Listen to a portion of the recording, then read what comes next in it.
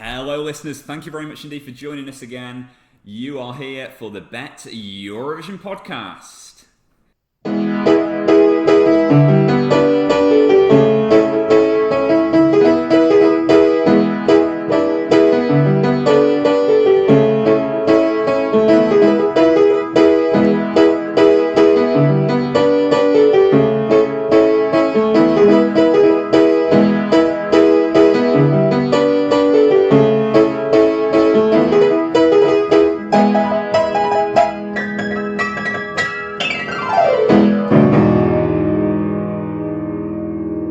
Okay, hello everyone. Thanks very much indeed for being here with us again. I'm Simon, and I'm joined, as always, by the man in the Eurovision know. It's Ben Lyd Robertson. Lyd, how are things?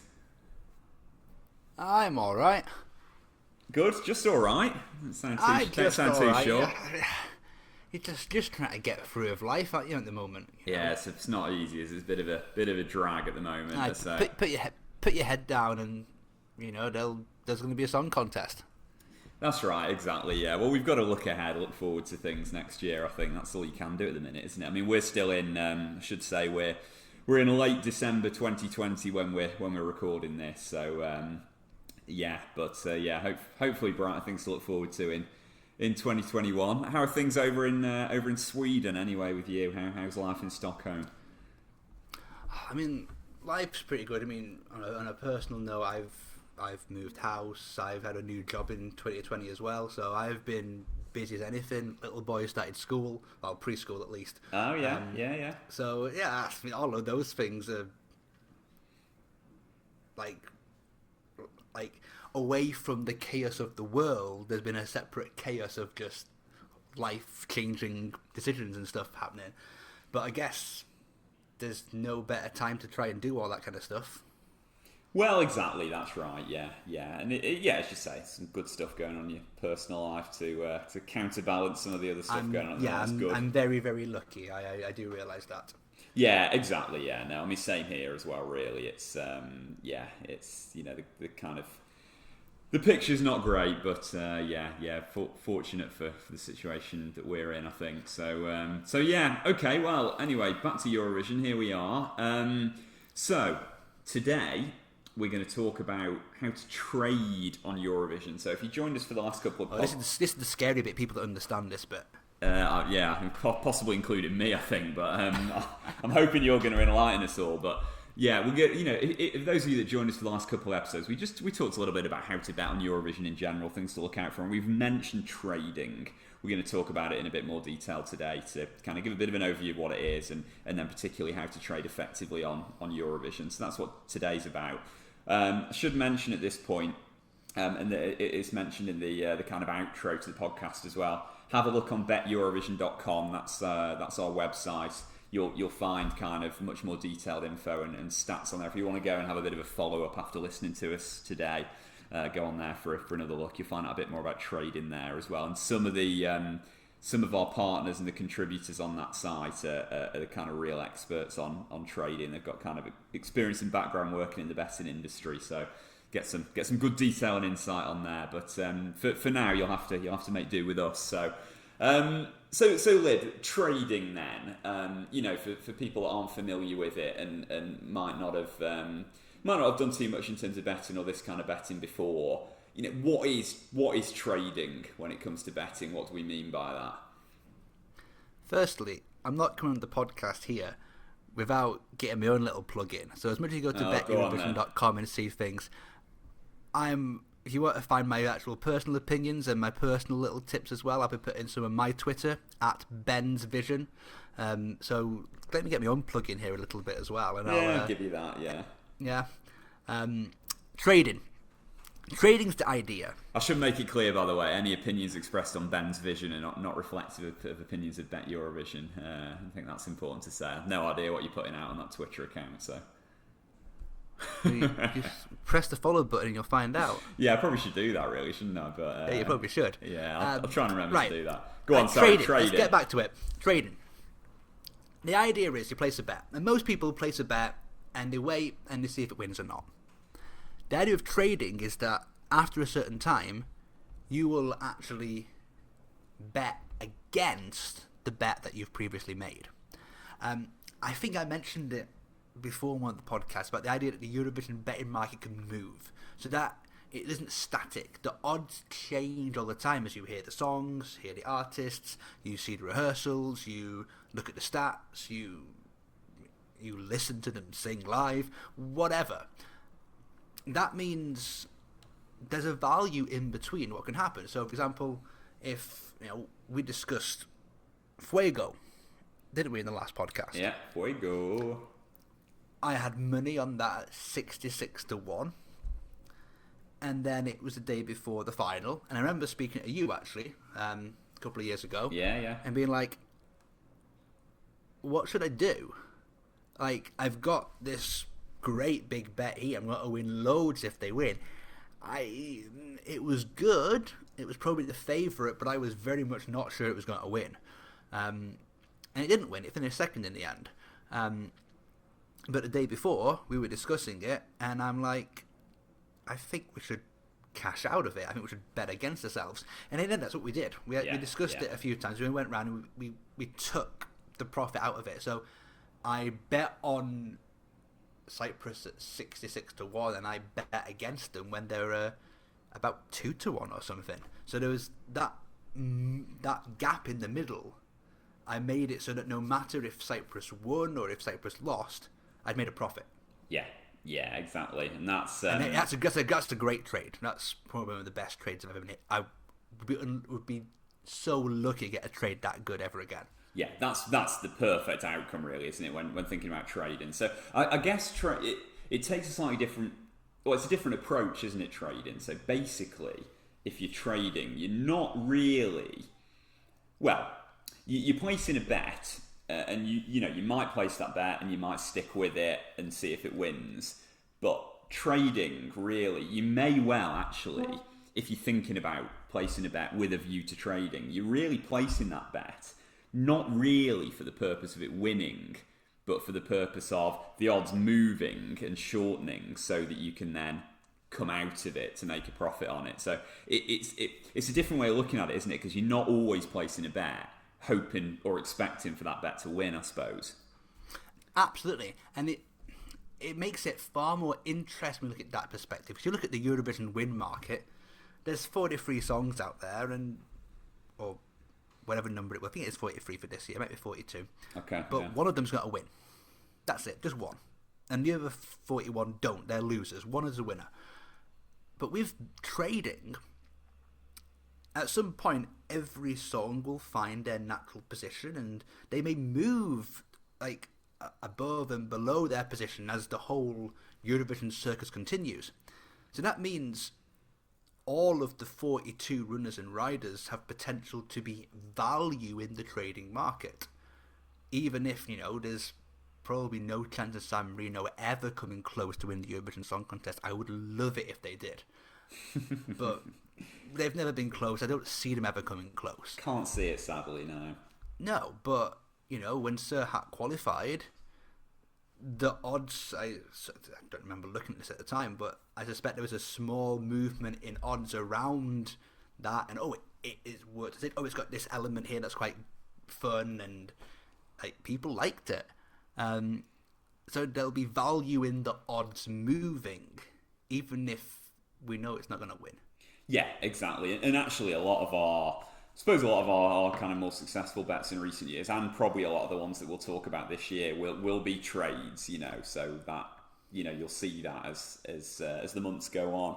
In terms of trading, I mean, it's pretty much all done on the Betfair exchange, isn't it? That is where trading happens, really.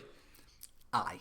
And the exchange, basically, it's a platform for anybody to set their own odds. So if you actually go on there, you'll see lots of numbers and you'll think, what on earth is this? Basically, in the blue columns, that is to bet on something. So that is the same as with a normal bookmaker. You also have the columns in red. And red is betting against something to win. The word that's used for that is a lay. So you'll often see, for example, let's say Bulgaria are 12s to win with the blue, or their 13s with the red column. So you can try and bet against Bulgaria, or you can try and bet for Bulgaria, and you can choose which option you want to have. Yeah, exactly. Yeah, and that's what the exchange is all about, isn't it? You can either back something or you can bet against. And the other thing on the exchange as well is you can actually offer your own odds, can't you, for other people to take up? You can. That's tricky, and you'll find most of the time you do that nobody actually takes the odds that you want to take.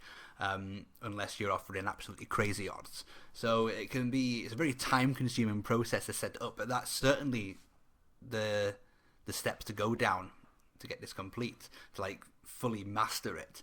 But for somebody who's going into the exchange right now, first, if for somebody who's a casual, never seen it before, just start by placing a few bets. Yeah, exactly. So let's say there's Bulgaria. There, 12s to win and 13s to lay to bet against. You could go in the exchange and you could say you think Bulgaria got a win, but 12 isn't very good. I could say, well, maybe I'll take 12.5.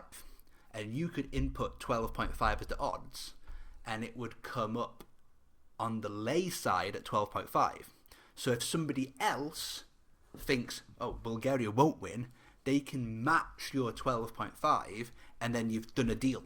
You've done a virtual shaking of hands. You've put some money on Bulgaria to win at 12.5. This other person goes, yes, I will take that. So there needs to be two people in the process. Yeah, exactly. Yeah, people got to take the odds that you've offered, basically. So as you say, probably, if you're looking at kind of starting out with this, that's not the place to start. But it's useful to know that you can do it. You can set odds for other people to take as well. But we're largely going to talk today about trading, as we touched on before. So in a moment, we'll get into a bit more detail on how to trade effectively on the Eurovision Song Contest markets.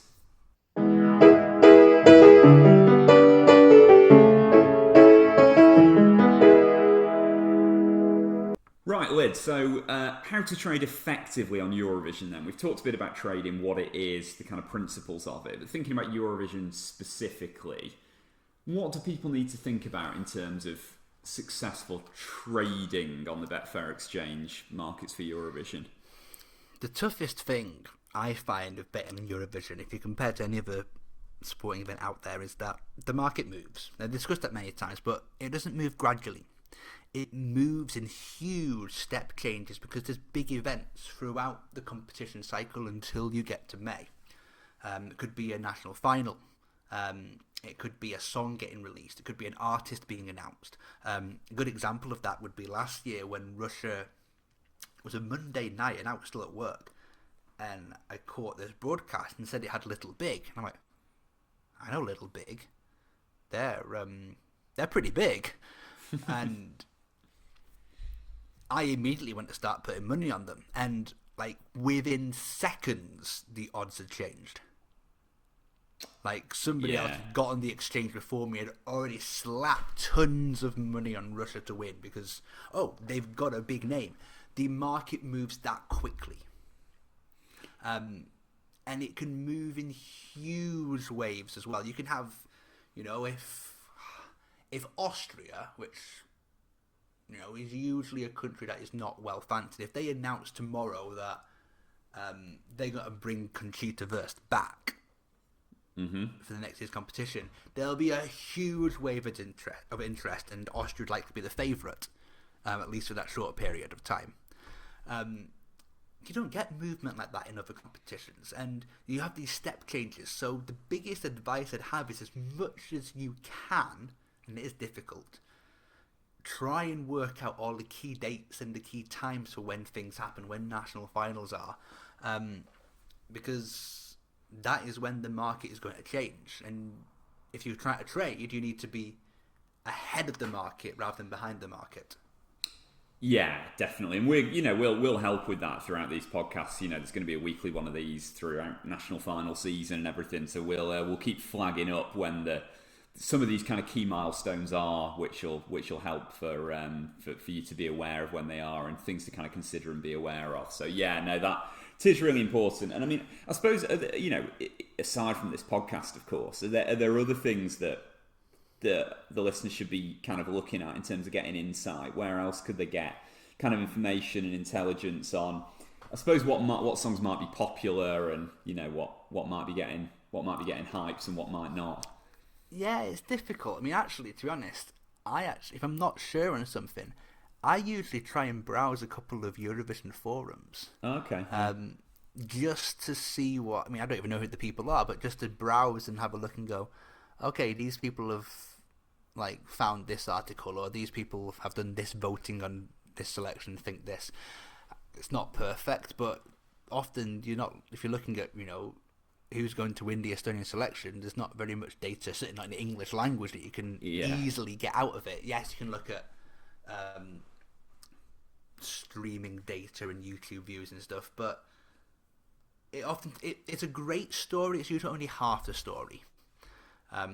So yeah, there's a few things like that are more anecdotal, which help me out too. Yeah. How about social media? Does that help, or can that be a bit of a distraction with some of this? It does help, but social media, like many other forms of communication, is dominated by certain groups and certain voices. And it's also very easy to manipulate. Now, the example that springs to my mind right now is, keeping it modern, was the UK last year when they had, was it One Last Breath, the song? Yeah. What was the name of the artist? Forgotten him already. James Newman. Yeah, typical UK nobody. Anti-UK bias here again. Way. The BBC did a brilliant job on social media promoting that they're going to release a song, and they made this music video, and people got excited, and people put money in the UK. Even just by doing some good promotional material, people thought, oh, the UK think they're making an effort, the UK think they're going to win. People extrapolate to such an extent, and people put money on them to win. And what actually happened was, of all crazy things, this is a frustrating thing with the modern world and the internet as it is right now, is the song got leaked the day before it was meant to be released. I think it ended up on some random website. Yeah, I remember it getting leaked, yeah. And the problem with that was, when we heard the song and went, nope. And as soon as it got spread that, hey, this is the song, suddenly all of that hype had disappeared. So you've got to be careful with this, because, I mean, the UK is an obvious market to be very cautious of in the Eurovision world, but the correlation between hype and promotion and having a good song is practically nothing. So you've got to be aware of that, and maybe that. And this is the art form rather than the science sometimes, but it's when do you get on a train and when do you get off it? Yeah, exactly. And I guess one thing to think about probably is, if say there's a national selection and you happen to know that quite a big name artist is taking part in it, someone that's quite popular, it might be possible that they're going to be quite short in terms of their odds. So you could potentially think, well, they're going to lengthen once the song comes out, because the song might not be that great, and they are artificially short just because of the name. So it's things like that, isn't it? It's having a kind of educated guess on some of that sort of stuff, and thinking about which way the market's going to move, and getting on and off at the right time, as you say. How about when a trade doesn't quite go to plan? So obviously, what you're ideally hoping for with a trade is the one you mentioned about Fuego before. You back something at 66-1, it shortens massively, and then obviously you've got a great opportunity to trade out for profit. How about if it kind of goes the other way sometimes? What's the best approach to sort of salvage it, I suppose? And it happens to me, it happens to the best of them, because you'll think something doesn't have the legs, and it just seems to be getting this momentum from nowhere, and sometimes you're in a position that's a losing position. And at least for me, I mean, I like to be in a position when, okay, if all the favourites give me something, then I'm happy. Does that have to be much? But as long as I'm not losing on a favourite, then I'm generally in a happy position. And the Melodifestivalen, we've got to mention it a lot, not because I live in Sweden, but because it's by far the biggest national final betting market that exists. And it's great because the betting market moves from week to week, from rehearsal to song snippet to audience poll. It's fantastic for all of that data. It rapidly moves the market as well. And there was this girl called Dotter last year, and Dotter qualified. Minor shock, but it was in the rehearsals it looked terrible, but they really made the gimmick of the lights and the lasers work really well in the live show. But I kept looking at it and going, singer's not strong enough. You weren't a fan, really, were you? Song is,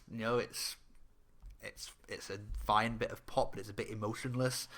It just wasn't for me. But lots of people were really bigging it up, and it became the favourite. And I'm just like, no, there's hype, there's semi-final 3, there's semi-final 4. No, there's better to come. And there wasn't. And Dotter was a really heavy favourite by the time of the final. And it took me about a week after Dotter qualified before I realised, hold on, this momentum, especially on Twitter and social media, actually, this isn't dying down. Yeah. Now it turns out Dotter didn't win that, but I actually, about that time, went, I'm going to have to place some money on Dotter and actually lose a bit of the trade. So I don't know what the numbers were now, but I bet some money on Dotter after I'd laid at a higher price. So I was losing some money in there. But it meant by the time the final came, I was in a position when any of the favourites that were there, Dotter, Anna Bergendahl, and the Mamas, I'd be up. It wouldn't be great, but I'd be up. And I got myself... Sometimes you just have to realise you make a mistake, and the thing is you can correct a mistake. And that's about limiting the amount that you would have lost on Dotter, isn't it? So you weren't exposed to a big loss no matter what happened, basically. Absolutely, and it's so... if you're doing trading, and this is different than betting, if you're doing betting and you're placing, a few pound on something that you think will win, this has nothing to do with you. If you're trading, then your sums of money that you'll bet are probably going to be higher, if only because you're going to have to bet on something and then against something. Yeah. So, and this is actually the terrible thing and the scariest thing about trading, especially if you try and lay something and bet against something, is that you have to put a lot of money into it. So if I, let's take San Marino as an example. Sorry, San Marino, it's a beautiful little country. Have you been there? I've been there. I've not been, but I know you have, yeah. I have been there. Lovely little rock in the middle of the Italian countryside. Actually, my wallet is from San Marino. There you go, my little souvenir. I have is it? Oh, very multicoloured nice. wallet from San Marino. Yeah. No, I would like to go. I've been to that part of Italy nearby, but not San Marino, so yeah. And they're not going to win. And I could say, you know what? No chance San Marino winning. I'm going to lay San Marino. Now, they're probably about 500 or 1,000 to lay on the exchange if it exists. Yeah. For me to make £1 of profit on San Marino not winning Eurovision, I would need to invest £1,000 and then sit and wait. So the chances I could lose £1,000 just to make one. That's the really scary thing about it. If you start trading, you're going to have to deposit more money. Now, the risk involved in that, for San Marino to win Eurovision is very, very low. But your stakes are going to be higher. I mean, much more money in the system, and that's something to think about, and it's something to be aware of. And certainly, you can get that money back if you do the trade. Of course, you'll bet the other way, and then you've kind of got that money back in a sense. But yeah, there's a lot more money that you actually need in the system. That's right. Yeah, it's not increasing your risk in terms of in terms of potential losses, but it's increasing essentially the amount that you have to stake up front, isn't it? So, and that, you know, isn't necessarily going to be for everyone, which is absolutely fair enough. But yeah, that, you know, it's a little bit about trading today for those who do want to have a look at it. I mean, the other thing to say as well is obviously trading is a bit more complex than just backing a particular and it thing. Takes, the worst thing about trading is that it takes time. Yeah, a bit more time consuming, definitely.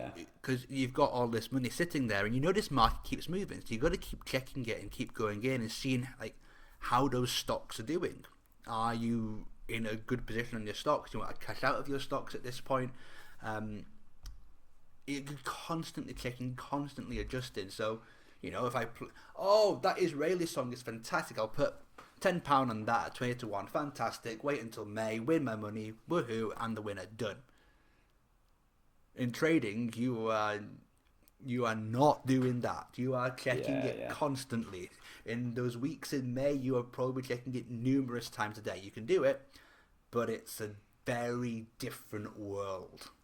It is, yeah, exactly, it is. And as I say, it's a different kind of way of approaching it as well. You're not necessarily placing a bet with the expectation that bet, or even the hope that bet's going to win. It's about getting on it at the right time before the market moves, hopefully in the right direction for you. So what we'll do throughout the kind of coming months and throughout these podcasts, we'll make sure, I guess, won't we, that we've got a mix of kind of tips in terms of trades, but then also outright bets as well. So people that are looking at the various different options and kinds of bets, there's something for everyone to take away from it in terms of tips and insights. We'll make sure we kind of cover all those different areas as we go through. Right, Lyd, thank you very much for being here. As always, that is a bit about trading on Eurovision. Next time, I think we said we're going to talk a bit actually about, I can't believe we're still having to talk about this really, but I think we're going to have to, is a bit about COVID-19 and the potential implications on the contest for 2021 and things that we need to think about there. So I think we're going to have a chat about that next time, aren't we? Yeah, sadly, it looks like you can't talk about this song contest without it right now. No, I think you're right. So we'll get into a bit of detail on that next time and provide our take on what we think that might mean and things that everyone needs to factor in. So, Lyd, pleasure speaking to you as always. Thanks for joining me. All right, take care. All right, cheers, pal. I will speak to you next time. And everyone, thank you very much indeed for joining us. See you again next time. Bye bye.